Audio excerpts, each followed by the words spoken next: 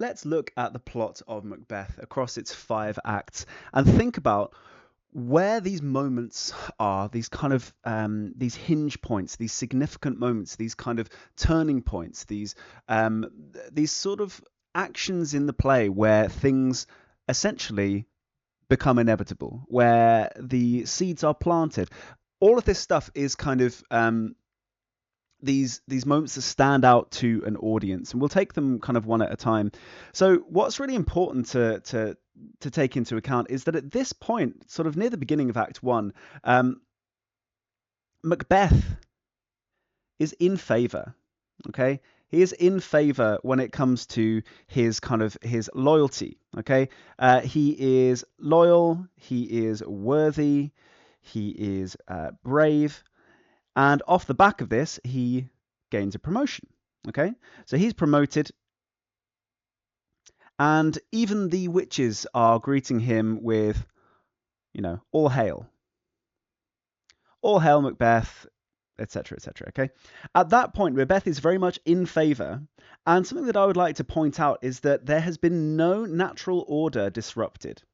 So the natural order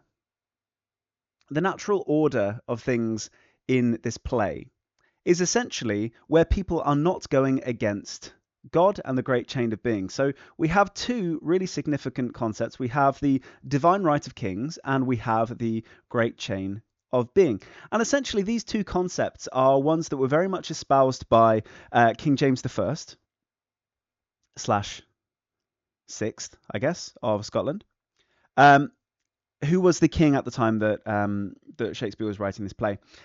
And these concepts essentially point to the idea that there is a correct, divinely ordained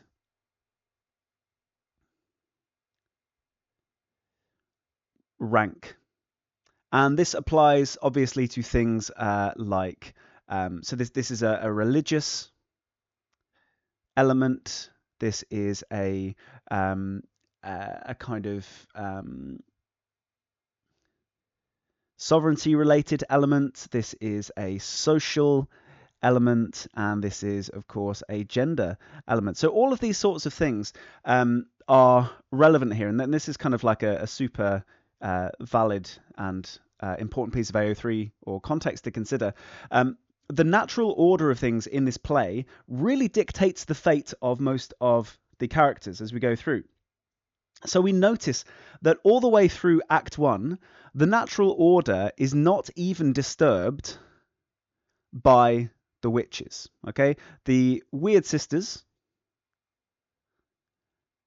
they give a hint. Okay, they do what we call foreshadowing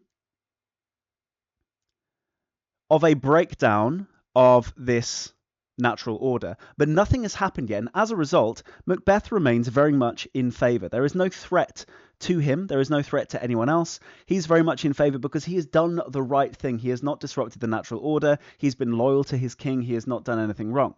However, by the time that Act 2 comes along, and this kind of transition point, this is where we start to disrupt the natural order.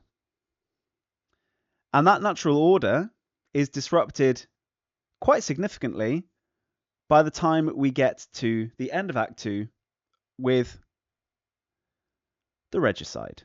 Okay, another nice piece of terminology to be using that links to this concept of the divine right of kings.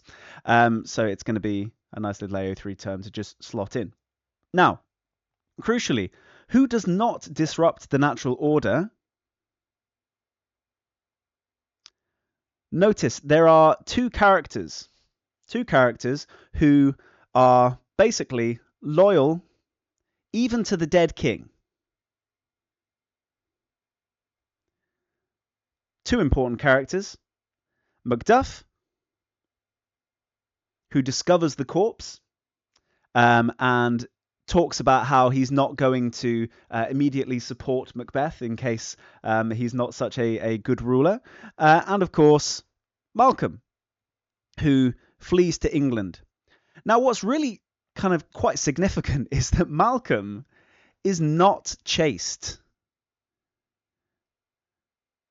Macbeth talks about how the Prince of Cumberland, which is Malcolm, is something that he needs to basically deal with, and he never does.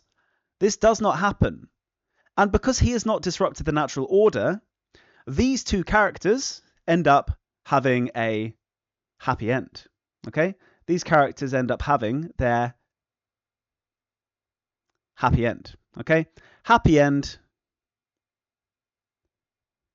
for these two characters. Okay, they have a happy ending. Everything works out for them quite simply because at this point in the play, where the natural order becomes disrupted or disturbed, they do not do anything wrong.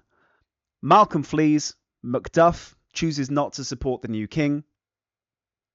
In contrast, who does disrupt the natural order? Well, we have Macbeth, and of course his wife, Lady Macbeth. How does she do? Well, she kind of doubly disrupts the natural order because she talks about kind of going against her own physical nature. Okay, so take my milk for gall.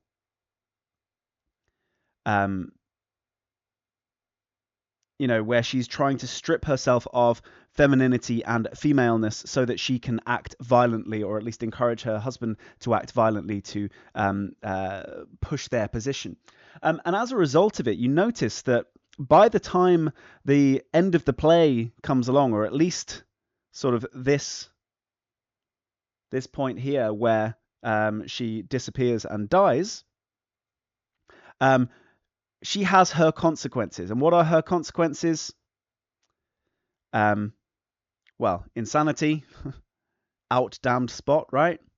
And of course, death. Things do not go too well for her. What about Macbeth himself? Well, he also disrupts the natural order with killing the king. And as a result, what happens to him? The consequences, they're exactly the same. He starts hallucinating quite a lot. He starts becoming incredibly paranoid. Insanity and death. Okay, natural order has been disrupted. As a consequence of that, these two characters are kind of dramatic hero and Lady Macbeth. They die by the end of the play, and it's kind of inevitable because of that disruption of the natural order. And what's kind of quite interesting is that the intervention of the weird sisters, aka the witches, they have their kind of several points of intervention where they step in, but it's all foreshadowing. They do not make Macbeth do anything. They simply plant the seeds for him to act on. Okay, so obviously when it comes to later on in the play, in Act 3, obviously Macbeth continues to disrupt the natural order by killing Banquo. And that's where you start to see the insanity because the ghost comes to haunt him. But the Act 4 is basically all about the witches' kind of second prophecy, right? And the witches at this point make their prophecy number 2, and the language that they use is really important. It's all with this modal auxiliary verb of will, meaning this will come to pass. It is very much fate, or if you will, weird. Okay, this is the Old English word for fate, and the sisters, the witches, are called the weird sisters all the way through, meaning what they're saying is actually fate. It is not necessarily, they're not manipulating or forcing anything. They're quite simply saying what will happen, which ties into another really important theme of the play, which is kind of free will versus fate. And a lovely kind of AO3 context that we can bring in here is this concept of Calvinism, which is, I guess, a shorthand. Predestination was an important thing that Calvinism kind of promoted as an idea. Predestination meaning that you have no control over your fate. It is simply preordained and you must simply live with it.